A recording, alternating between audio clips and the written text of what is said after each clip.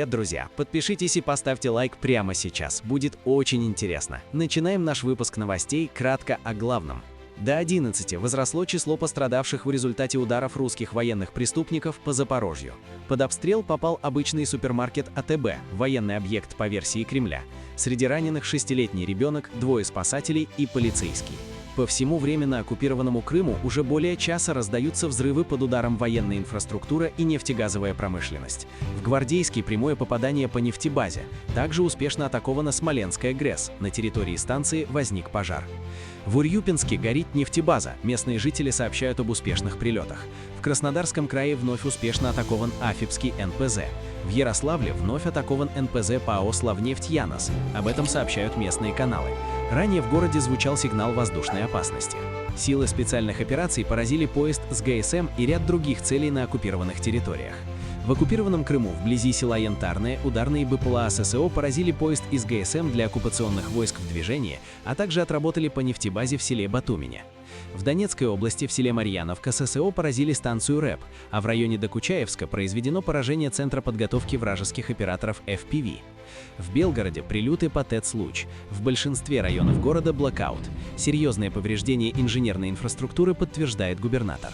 А вот все, что осталось от Белгородской ТЭЦ. Последствия прилетов проверяет лично гауляйтер Гладков.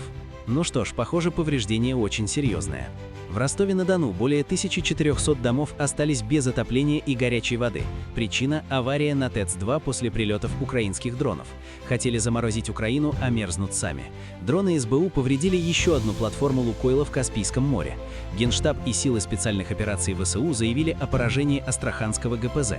Впервые подводные дроны СБУ Сапси Бэйби взорвали российскую подлодку «Варховянка», запускавшую ракеты «Калибр» по Украине.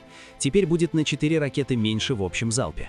Субмарина получила критические повреждения и выведена из строя. Стоимость подводной лодки класса «Варшавянка» составляет более 400 миллионов долларов. И к международным новостям. Эпоха доминирования США над Европой закончилась. Фридрих Мерц объявил о конце этой эпохи для Европы. Десятилетия Пакс Американо для нас закончились. Ностальгия не поможет. Это факт. Американцы сейчас очень настойчиво отстаивают свои интересы, и поэтому мы теперь должны отстаивать и свои. Пакс Американо – это период после Второй мировой войны, когда США были главным гарантом безопасности и стабильности в западном мире. Глава дипломатии ЕС сказала, если членство Украины в НАТО больше не обсуждается, ЕС обязан предложить Украине реальные гарантии безопасности. Речь должна идти о настоящем военном присутствии, войсках и возможностях, а не декларациях. Украина не приняла предложение Уиткофа о выводе войск из Донбасса на переговорах в Берлине. Оно и понятно, ведь для оккупации всей Донецкой области русским понадобится не менее 3 лет. За последние 3 года и 8 месяцев Россия захватила 23% Донецкой области, а под контролем ВСУ остаются 22,6%. В Украину прибыли 114 освобожденных граждан из Беларуси, из них 5 граждан Украины. Глава ГУР Буданов встретил белорусских политзаключенных. Среди вышедших на свободу белорусская оппозиционерка Мария Колесникова и Виктором Бабарико. И на этой позитивной ноте у меня сегодня все. Подписывайтесь на мой канал и ставьте лайки.